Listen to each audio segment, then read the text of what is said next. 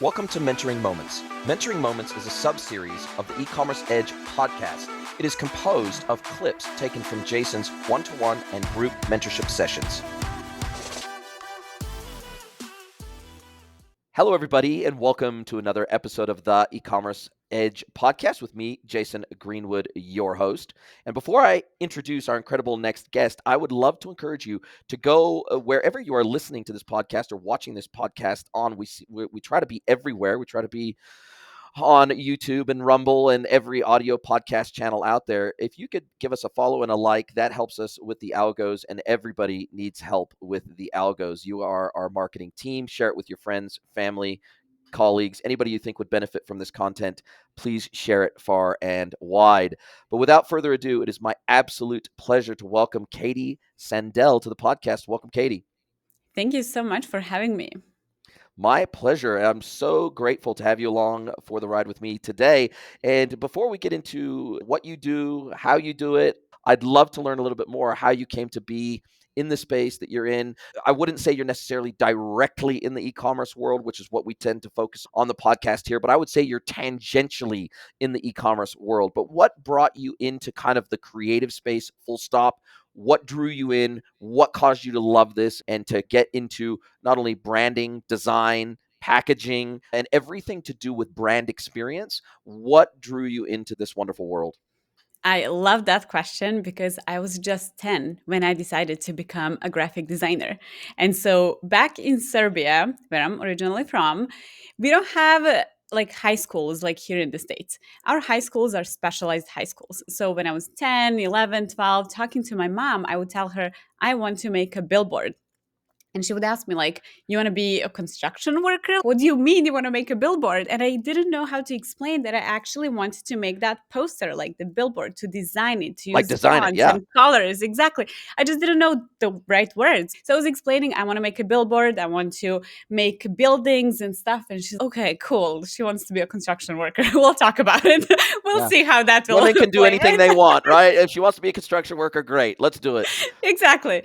And so when I was turning like 13, 14, then we figured out, okay, that's called graphic design. So then I had to explore a little bit, and there was a graphic design high school that was 2 hours away. So then we had to figure out, how am I going to move out and live by myself at the age of 15? And even though it's just 2 hours away, it's still 2 hours away.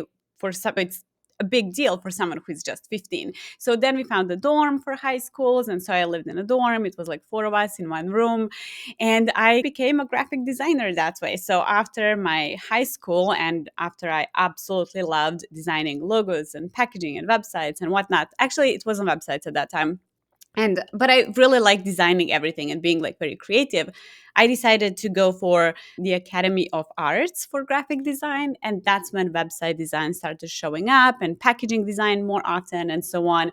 And right after college, I got a job here in the States, and then I came here on a, it was kind of like a student visa for about 5 months, and then I extended that visa, got another job, started my own freelancing journey, started meeting a lot of people, and grew to the levels that now I have an agency with employees and contractors. And we specialized just a few years ago in the health and wellness product-based businesses, where we help a lot of like skincare lines and supplements and whatnot create strategic packaging that is going to attract their target audience.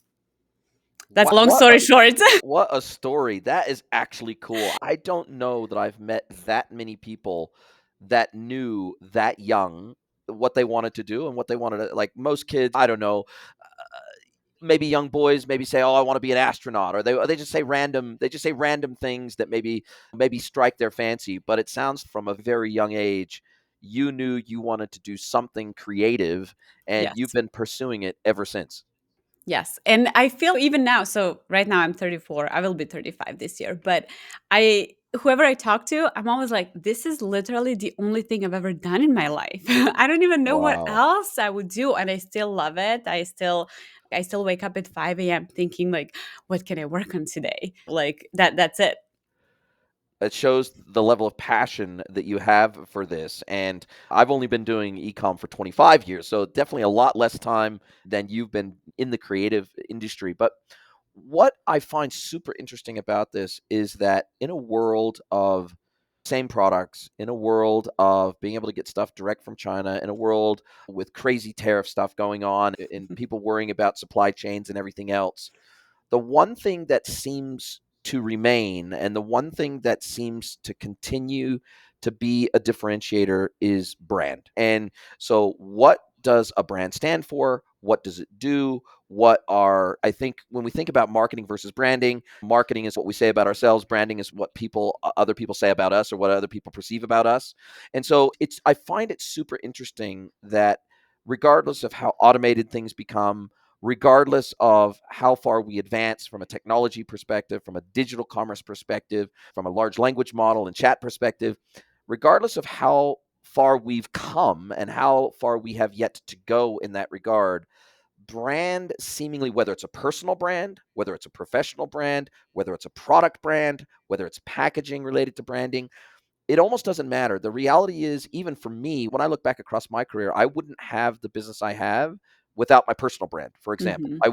Without the social following I have, without having a podcast, without people knowing who I am and what I do and how I do it and what makes me special and the way that I do what I do, I wouldn't have a business. I wouldn't be able to make the income that I make without that brand.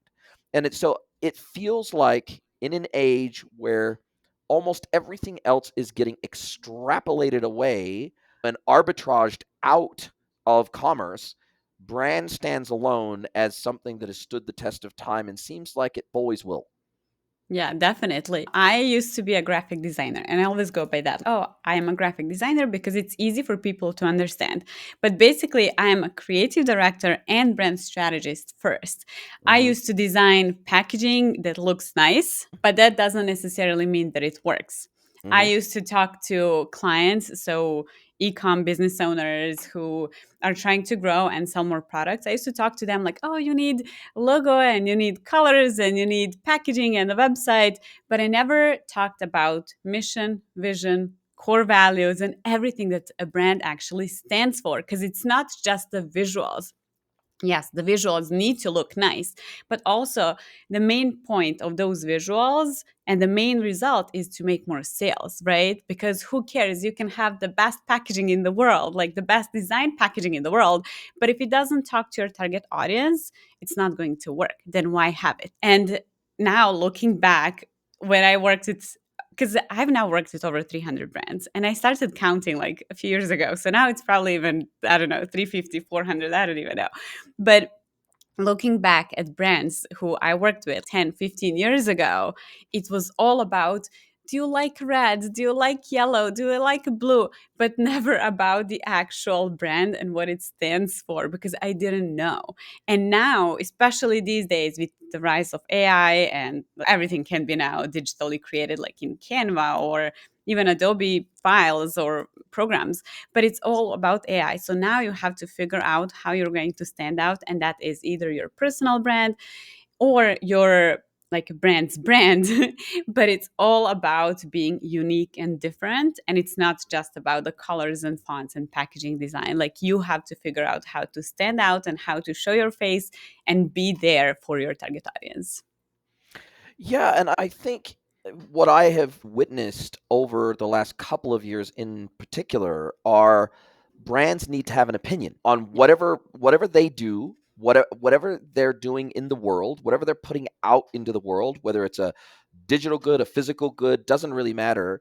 I feel like the brands that get cut through, the brands that resonate, the brands that find an audience. So they say that your vibe attracts your tribe.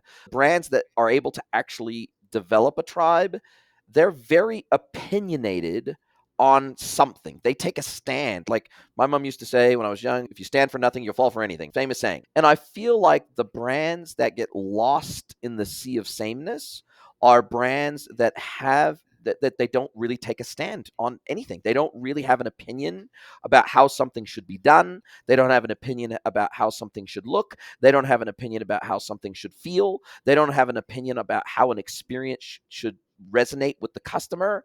And I see this especially in the B2B world where B2B experiences have largely been built on one-to-one personal relationships. So for manufacturers and distributors, it's been all about like field sales reps going on, knocking on doors, pounding the pavement, building relationships, going to trade shows, etc., and building that one-to-one relationship, the human relationship. But increasingly with digital channels, we need to be able to go from one-to-one relationship building to Too one-to-many many. relationship Mhm. building. And I feel like B2B brands in particular really struggle with that. They struggle with the idea of how to externalize their brand in a way that they can go out and they can acquire new customers at scale digitally because they've never had to do it. And so I almost feel like they're going through a brand crisis because they've never had to have a strong corporate brand. They've never had to take a strong view or opinion on things because they've relied on the one-to-one personal relationships to get things over the line and to do deals. And it's very much been like a good old boys club, so to speak. And that's where the relationships have been built, is in back rooms and secret handshakes, so to speak. Whereas now, especially in the agentic world and in the ChatGPT world, that doesn't cut it anymore. And so I feel like there's a crisis of brand understanding, particularly in the B2B world. And many of the B2B brands I work with, they don't even have a marketing team. They have a sales team. They might have a head of RevOps, for example, and they might have a director of sales that has a sales team sitting underneath them or agents sitting underneath them. But oftentimes they may have a marketing manager, but oftentimes they've got no specialization or capability in marketing or branding whatsoever. Exactly. Something that you are seeing become recognized thing in the industry? So it really depends. Our focus is really on helping health and wellness product based businesses make sales.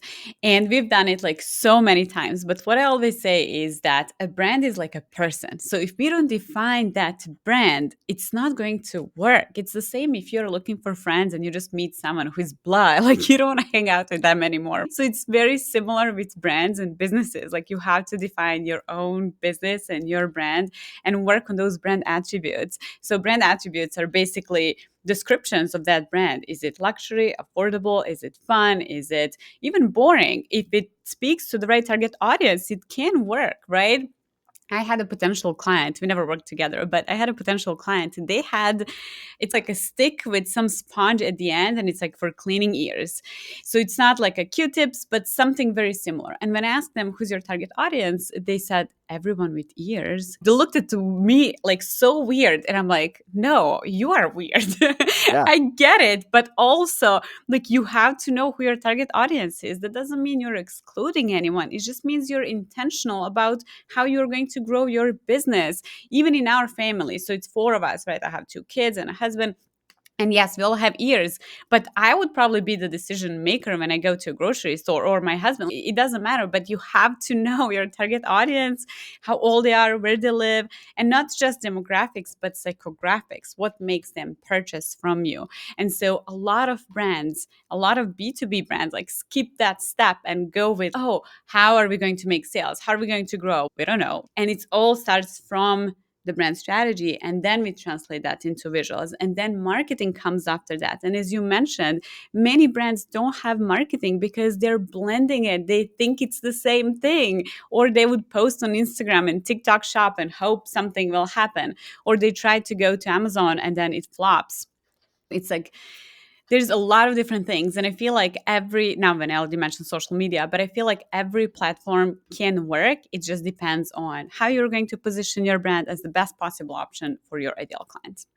I think that's it. A prime in your vertical that you play in is, if I compare me and my wife, like Hmm. we both got bodies, we both got hair, we both have ears, we both have eyes.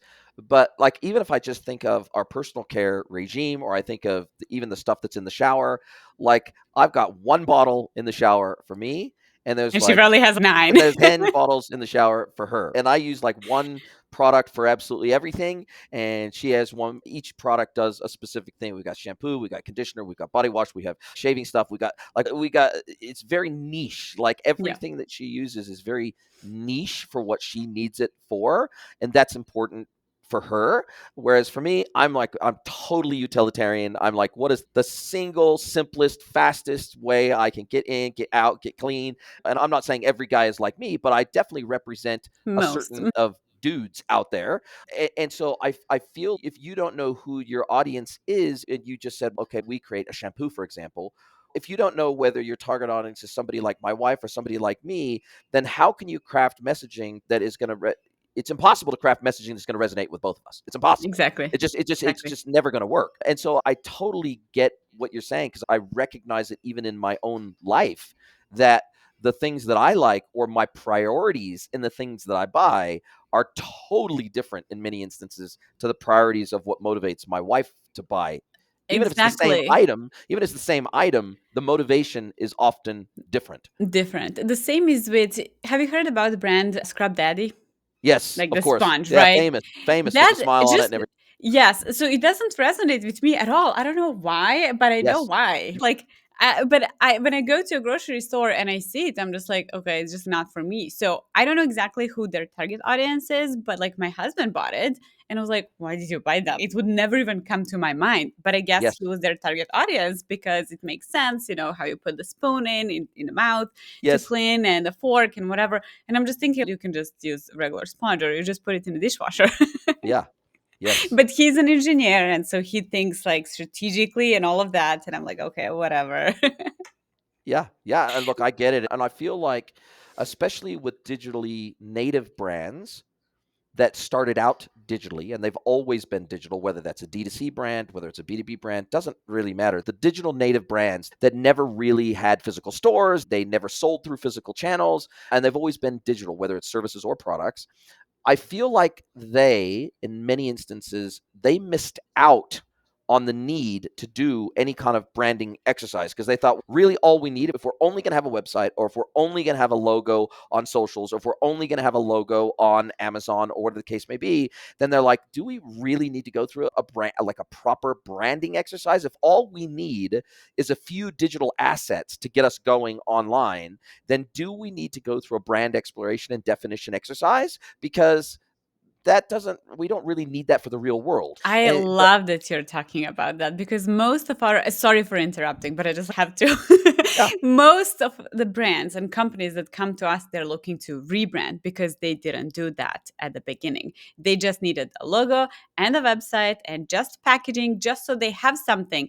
And then they have to spend a lot more money to rebrand and reprint everything and make sure that they don't lose the customers that they already gained. Sorry. Yeah, and look, I that like that resonates with me in the sense that I see a lot of digitally native brands that they appear that there was not that there may have been a ton of thought put into the product. There may have been a ton of thought put into what itch do we scratch. And there may have been a ton of market research put into, oh, is there a gap here? Do we think that the TAM is large enough, but our niche is narrow enough to be able to own that niche? There may have even been a tremendous amount of market research done to see if that business or that product would be viable. But it Mhm. feels like that's where it ends for a lot of digitally native brands. And they don't take that final step, which is, okay, that's great. We think there's a tangible market here. We think there's a tangible need that we meet. We think that the competitive landscape means that we can win here, whether it's by price, whether it's by design, whatever it might be. We think we can create a winning product here. But we'll need that we meet. We think that the competitive that can actually go out and almost reach into the psyche of that buyer, then it feels like almost all that initial market research was a little bit for naught. Yeah, definitely. I worked with many supplement brands, for example. And at first, they all seem the same, right? They have really, it sounds like the same product. And every time when clients come to me, they're like, so we are very unique. There is nothing like this on the market. Really, let's figure out how we are going to make you stand out, but in a way that is going to attract the right target audience. And it is really all about defining who and what that brand is all about. It's not even just designing a logo or a label or the visuals. And it's funny, like I also teach graphic designers how to grow their business. And many designers come to me saying, but I'm very creative, I'm very talented, I design amazing logos. And I'm like, but that's not what the clients are looking for. They're not looking for a logo or packaging or a website. And if they are, Like they shouldn't be doing that. Like they should be looking for growth in their business. So if you can sell them the money, they will give you the money. If you can help them grow their business and make more sales, they will hire you. So it's all about positioning yourself, for example, like as a designer, as the best possible option for that e-commerce business that you can help them grow. And especially when it comes to website design. And I think that's so true. And there's some very interesting parallels in what you just said to what I have to break through with some manufacturers and distributors. Because when they come to me and they go, oh, we want to do this new e-commerce project, 99% of the time, it is all about what can we do to make us more efficient? What can we do to create a digital experience that will save us money, that will require less human input, that will streamline our supply chain, that will streamline our order management, that will do all these things internally for us as a business. Mm-hmm. And then maybe as an afterthought, the thought is, how will it make our customers' lives better, more efficient, happier, easier to do business with us? That's maybe an afterthought. And maybe, again, 99% of the time, they've never actually asked their customers that question. They've said, what are the 1, 2, 3 things that you love about doing business? And what are the 1, 2, 3 things that are really challenging about doing business with us? And then working back from there and saying, okay, what can we build that is beneficial to us, but is first and foremost, first principles is that is beneficial for our customer. And I feel like when we think about branding, when we think about design, when we think about, even when we think about information architecture, oftentimes that we create an information architecture that makes sense for us we create the categorization that makes sense for us as a business. We create subcategories that make sense for us as a business in terms of the way that we procure products, the way that our SKUs run, all that sort of stuff. It is very much an internal exercise. Whereas if we started with the customer lens first and worked back from that and the emotion that we wanted to create first in our customer, and we worked back from that, that's actually a really hard thing. Because oftentimes when I go in and I ask my customers, what is the feeling that you want your customers to have when they do business with you? What do you want them to feel? They go, I don't know. Should we want them to feel something when they do business with us? Like we're just trying to meet a need. That's it. No, you want them to feel something, because if it's just about what you carry and how you get it to them, that is the thing that's duplicable. Like any other competitor can come into the market and do And those, virtually, but it will be difficult for them to create the feeling that you create with your customers unless they have the exact same type of people in the business, unless everything is structured exactly the same. You will be creating a new, unique feeling in your customer experience, but you don't want to leave that to chance, is what I'm saying.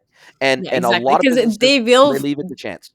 yeah, because they will feel something. So they Yes. will have that.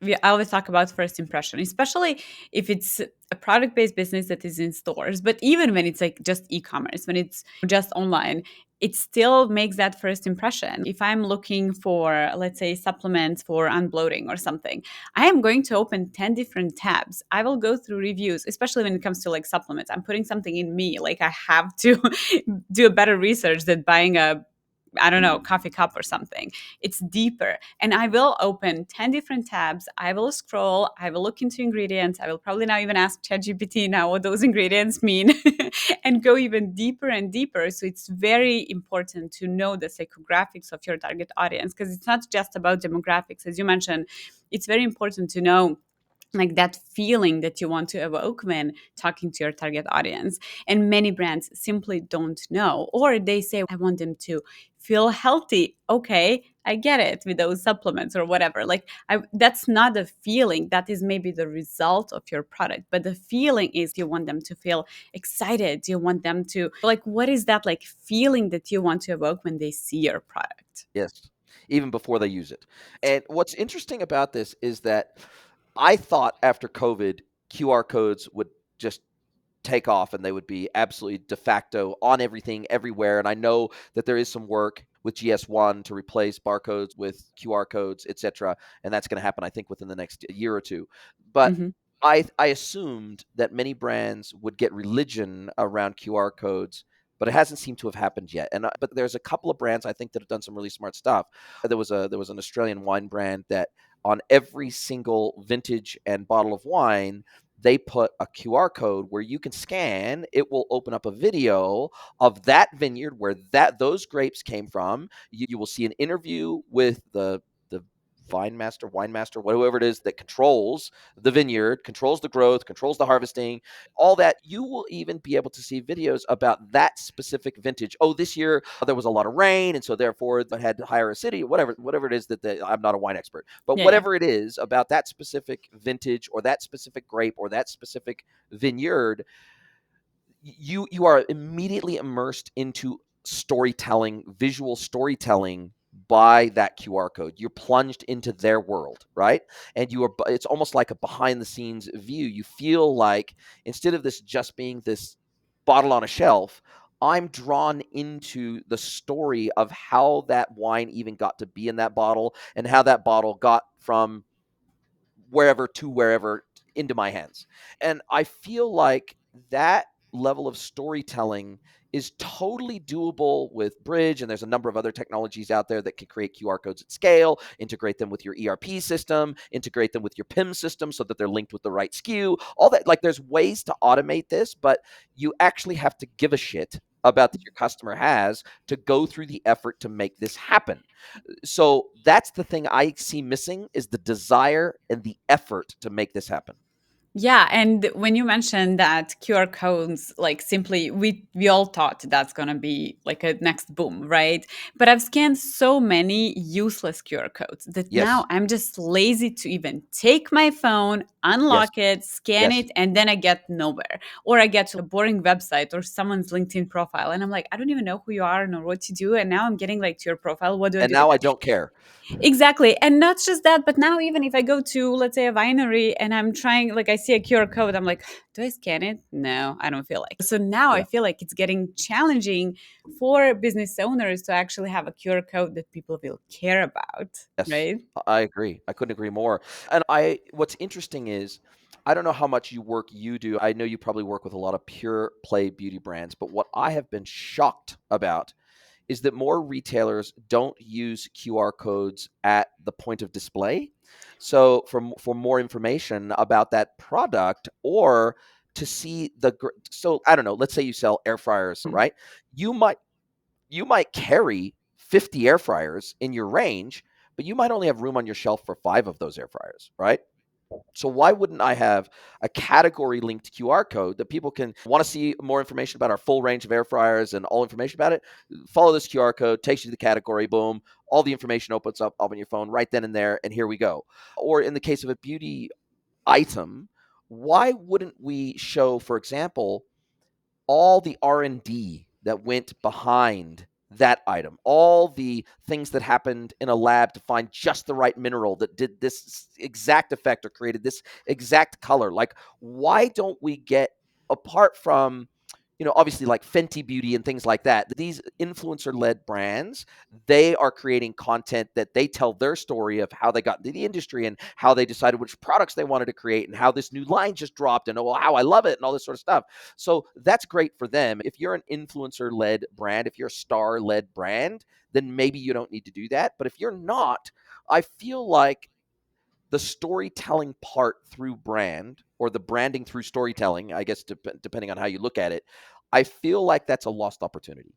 I think so too. And I'm now thinking, as you mentioned, like going through a store or something, I'm just going to Costco. So, for example, I'm walking through Costco and I'm looking for air fryer or something. Why wouldn't they have a QR code? Then I will scan because I'm Yes. looking for something. I'm actively looking for something. So, I don't know. But what I've seen recently is because I go to a lot of different networking events here in Austin, and it's usually CPG events. And now I'm seeing more and more often that they have QR code on their business cards and then it takes Yes. me to their LinkedIn profile.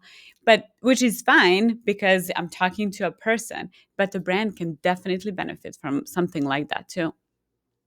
Yeah, no question. And usually you don't even need a QR code because LinkedIn has its own QR. If you go into the Exactly. search box, Yes. you can pull that And up you and you can can scan scan it it. in the app. So I don't necessarily need to print that on anything. If I'm standing next to someone and I'm meeting them for the first time, I'll be like, "Hey, are you on LinkedIn? Here, just scan. Let's connect on LinkedIn so we can carry on the Exactly. conversation." That's what I do too when I go to a networking event. Sometimes they would have a website, but then what? Like I scan it, I go to their website and I'm like, okay, cool. And then I'm talking to a different person and I forget about this one. And I usually have incognito mode for some reason on my phone. Exactly. So it's just not even there.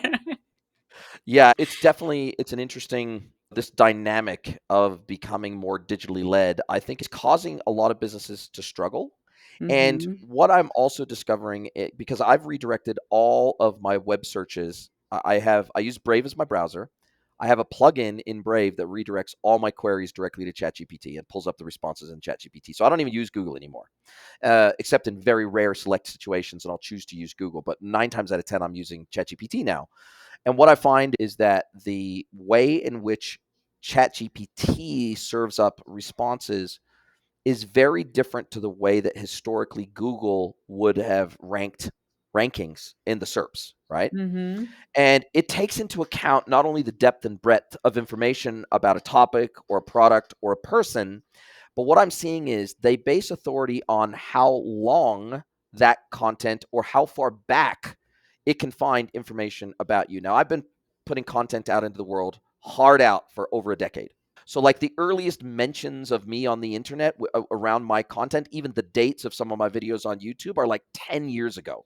So, it will, even if someone else has a similar volume of content out there as me, I will usually rank higher for things around me than them because I have a longer track record of history on the internet.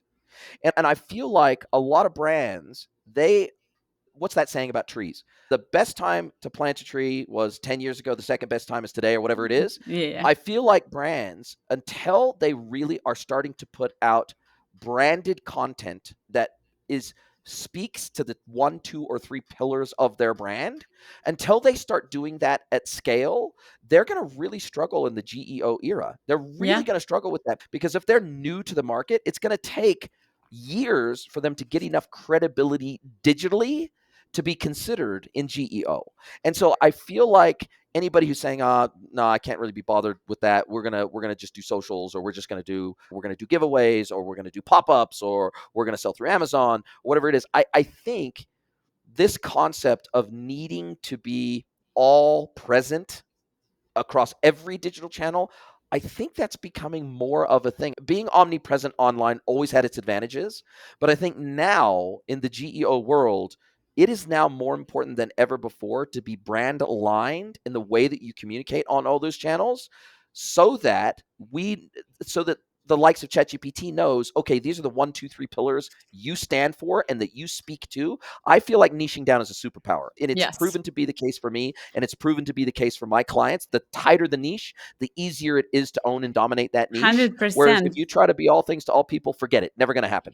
100%. I started my design career when I was 15. I designed for different zoos, like from knife packaging to a zoo flyer to like absolutely everything. And that's why at the beginning of this podcast, I mentioned how recently, so in the past 4 or 5 years, we decided to specialize in health and wellness product based businesses.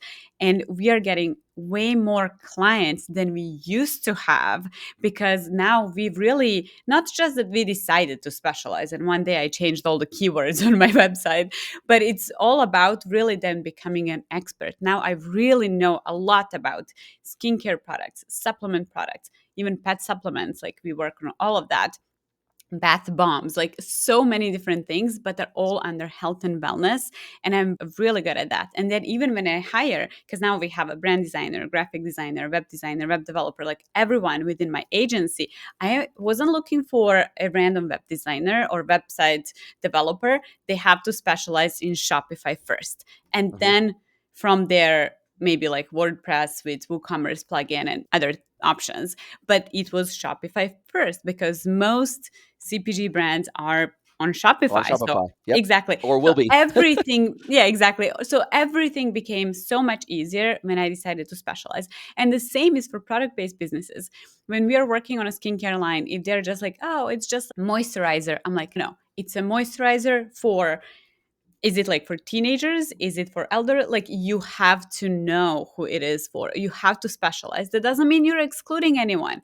You are just intentional about how you're going to grow your business. So it is really all about specializing. And I do use ChatGPT every single day. It's almost even like my therapist. I am like subscribed since it came out. I rarely use Google. Even now, we are going to spend summer in Spain. And I'm like, okay, where do you think we should go? This is what I'm interested in. I will not have kids, so it's just me and my husband for 7 days. Where do you think we should go? These are the things we want to do. Everything is done through ChatGPT. It's not Google anymore. But what I love about ChatGPT, that it just started like a few weeks ago, is that when I'm looking for something, I was looking for I think it was like how to edit something, like some kind of video for social media. And so I was like, when I put this in the app called InShot, how do I transition from this video to this video? I'm not Googling, I'm asking ChatGPT. And then it pulled a YouTube video Yes. and an Instagram reel, so from two different platforms where I can actually watch it, and also it gave me tutorials. So to go back to your point, yes, I think that brands now need to be all over in order to get in front of the right target audience.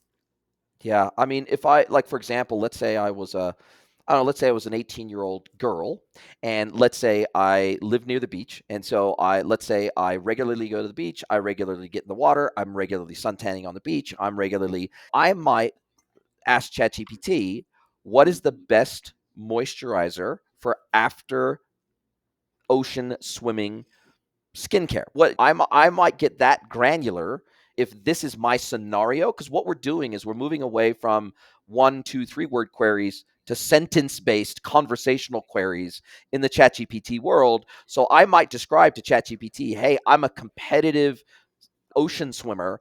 I spend 4 days a week in the sea. I'm finding that my skin is getting dried out as a result. What types of products? I might not even say what kind of moisturizer. I might say, what kind of product should I be using as a competitive ocean swimmer to look after my skin? I might just say that, right? Yeah. And if our product is targeted at someone exactly like that, but we haven't put enough content out into the world to speak to that exact scenario or use case, then how will ChatGPT know that You know. that it should recommend my product in that use case?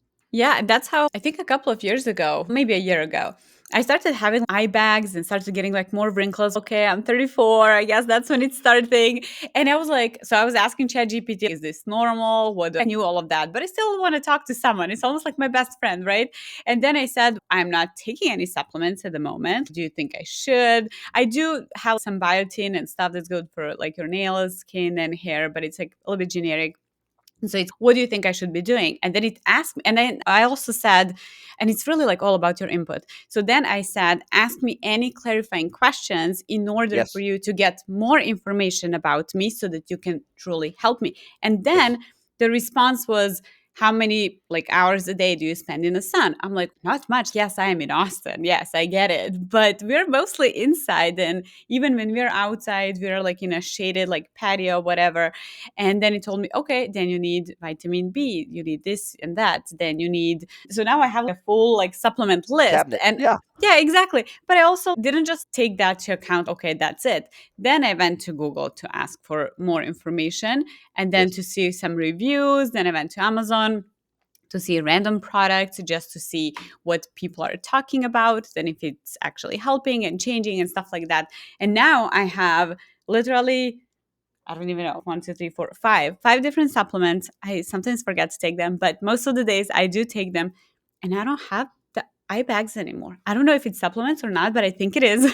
It's just I Yeah. got the right answers through ChatGPT, and it also pulled the right brands, and so now I'm using those brands. Yeah. And just imagine if those brands hadn't put out content at scale, hadn't Exactly. got granular. And so I think SEO, what is it they say? SEO is dead, long live SEO, or whatever it is. I feel like the great thing, whereas historically, SEO, for example, you had to convert everything into simple, plain text on your website. You had to structure it perfectly. You had to have the right attributes. You had to have it all in nice, neat little tables on your PDPs. You couldn't use Flash. You couldn't use, it had to be basically plain text for Google. Now, the great thing about ChatGPT as an example, and most other generative AI tools, they will go, for example, YouTube automatically, whether you ask it to or not, it creates a transcript of every single Mm, video. So what ChatGPT does, what does it do? It goes to YouTube and it doesn't just index the videos, it indexes the transcript behind every single video. So yeah. I use it even to find my own content. So my own podcast, for example, there is no place that I can go apart from like a large language model to say, okay, I remember 200 episodes ago, I did a podcast about this topic and these are the kind of things we covered, but I don't know exactly which episode it is. And it might not even be in the title of the episode, but it's in the content of the episode. Some ChatGPT has indexed that. I use ChatGPT to find my own content about specific topics because it is better than Google in that respect. Exactly. I have a folder called Katie's Vibe. Like Yeah. it's all there. And then I have like different chats, what I'm going to talk about. And when you mention SEO, it's really not about keywords as what we used to. Now it's about long, how do It's they about call them? Like stories. long tailed keywords. Yes, like a story. Because Yes. when you go to ChatGPT, you don't say the best restaurant. Yeah. No, you Or say best what is the vitamin best. C. You don't say that. You don't say that. You're like, hey, I'm looking for that and that because of that and that. And then I'm looking for the best vitamin C. Yes. Correct. So you Correct. need to have all of that within your website or content out there in order to get people to your product. Now, how do you, because packaging, especially for personal care products, health products, packaging is often very small, it's minimalist, it's sustainable, it's there's not a lot of surface area you're working with, or if you're working with just a mascara or just a moisturizer, there's not a lot of room to play with on these products. Even when we're talking about the outer packaging, there's not a lot to work with. But I can tell you from experience, and again, my wife would know more about your space than Yeah, me, yeah. apart from supplements, which I'm in charge of in the family, is buying the supplements because I've been into supplementing since I was a little kid. But I find that even for me, when my wife and I are in a store and maybe she's looking for, I don't know, some new makeup or looking for something that's specifically for her, definitely packaging is an Then absolutely key consideration. Like the thing that will first catch your eye is usually the package, and it's, oh, that's cute, or that's cool, or that's whatever. And then it's okay, now let's look a little bit deeper. Let's maybe look at the ingredients. Let's make sure it doesn't have any BPA, make sure it doesn't have all these other things in it. But the first thing that usually attracts the eye is the packaging. And sometimes even I will look at that and go, damn, that is some seriously cool packaging. It's obviously not targeted at me, but I'm like, wow, they went all out on this packaging and it is amazing. It feels like packaging can give product credibility that it doesn't even deserve. exactly. And it all starts from the color. So it's all about the color psychology because every single color has its own meaning and its own vibe and feeling that is going to evoke in a human. So that's why you've seen probably in the past few years that many product based businesses are choosing to have it's called like a color blocking where you see a lot more color on that packaging. It's like sometimes Yes. even like full blue with a little bit of text. It looks like Yes. it's minimalistic and you think that is the trend. No, it's the color trend. And it's not even just being trendy, but it's all about attracting the right target audience through the color, because through the color psychology, right? And then from there we talk about or we work on layout and typography and so on. So it's really all about that color. But even that is discovered in the brand strategy and everything in that, like mission, vision, core values. And then from there, that's why every time I talk to my clients, I always tell them like we simply have to do the brand strategy. I don't design anything. We don't even accept clients who come to us who are looking for just packaging design because I can't promise any results and I don't want to do that. I don't want to work on something that's going to look nice. I want to work on something that's going to look nice and work. Like it has to work. It has to have the results. So we always have to work on brand strategy. And even packaging design is actually defined in the brand strategy, even though it's not visual and you can't see it, but it's there. It's in the brand strategy. Everything is in the brand strategy. Logo, packaging, colors, typography, website, everything is in the strategy. And then you just translate that into visuals. And so that's Wow. why you're attracted to different things when you're in the grocery store or when you're browsing online. Wow. Look, this has been a super interesting conversation. As we start to come down to the end of our time together, if when you first start working with a new brand, maybe they're already in market, maybe they're just in the beginning of their journey, maybe they haven't launched yet, but they're looking at launching. What I'm guessing you do when you do your brand strategy work, you're doing a deep dive discovery into the people behind the brand, right? Like Yes. you have to understand their psychology, their motivations, what even got them to think that the world needed what they're making or creating. You're having to get into their psychology so that you can understand the type of psychology the brand needs to have and what type of client it needs to resonate with. So, what are the first like 1, 2, 3 steps that you typically take? If somebody was listening to this and they go, "Yep, cool. I've got this concept for this amazing new product. The world doesn't have it. The world needs to have it. I'm going to bring it. I'm going to bring it to life." What are the first 2, 3 things apart from like competitive analysis and all the things they need to do around business planning? What are the things they need to start thinking about from day one around their brand, their positioning, their creative, all those types of things? Yeah, we usually start with why. And sometimes clients would come to me like, oh, we just want to make more money. I'm like, okay, I see that from your perspective, but from a customer perspective, that's not going to work. So we actually have to dive deep into why this brand, why are you starting this business? Like, what is happening? For example, we worked with one meal replacement shake. And when I started asking why questions, we realized that is going to be their positioning as well. It was two guys from San Francisco, developers or something in tech, and they were always very busy. They were never able to get their lunch, or they would just eat something very quickly, unhealthy, and it was a mess, right? So then they started like talking. It was two of them and like coworkers, and they started talking about if we would just have something that is not a protein shake or something.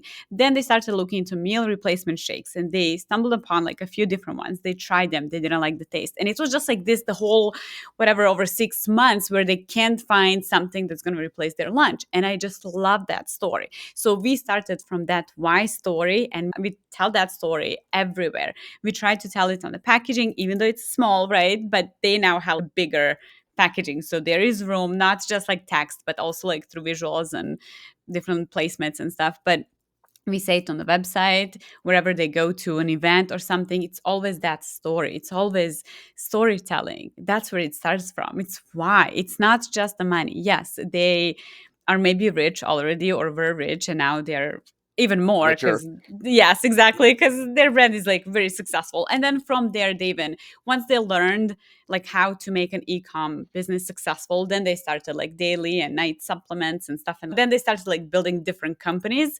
But none of the other companies were as successful because it simply missed that why. Even though they knew the marketing, they knew how to hire UGC creators and sponsor and boost posts and whatnot, but that wasn't it. It's always about the why. So that's where really we start from. And it's not even about defining like that mission and vision and core values. Like it's not about having those sentences written down, but it's really knowing the core values of your brand. And then once you're all about that, customers can see that and they buy from you. Love it. So that's Absolutely. first, but all the steps as well.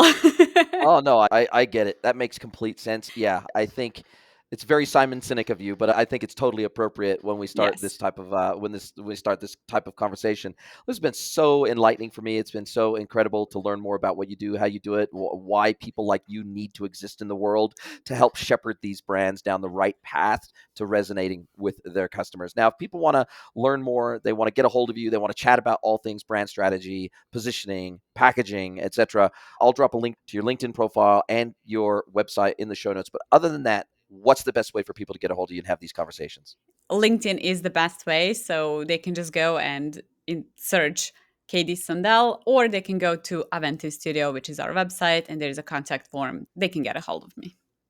Love it. Love it. Now, as we do come down to the end of our time together, this is where I get to flip the script. I get to hand the microphone over to you, let you ask me one question, any question you like. It can be personal or professional. Kady Sandel, what is your question for me today? Oh my God, I wasn't ready for this. Oh, I love it then. That's awesome. I'm glad you weren't ready. But I will ask you, what's your favorite drink?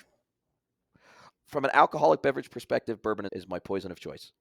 Okay, that is I the still question. love it. I still love a great margarita. I still love a great gin. I like lots of cocktails and spirits and wines and beers. I like lots of different things, and I like plenty of non-alcoholic stuff too. But on a Friday afternoon after a long, hard week, a really nice bourbon is just a great way to finish off the week for me.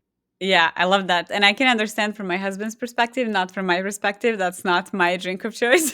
But he Yes, does have all the like special ice balls and stuff that go me in too. whiskey. And I'm Me like, too. okay, I even whatever. ordered the I had ordered the freezer off of Amazon that you fill Yes, them up with water and it makes it, and I got a special bourbon glasses for it and everything. exactly. Yeah. So Such a I dude thing. understand it. So you see, for that product, I'm not the right target audience. Yes, exactly. They shouldn't try to pitch it to you. They should try to pitch it to Exactly. us. I love it. I love it. Thank you so much for your time. I really enjoyed this conversation, and I can't wait to speak to you again soon. Yeah. Thank you so much for having me. If you'd like to get mentored by Jason for free, head over to greenwoodconsulting.net, scroll to the bottom of the page, and click Get Mentored by Jason.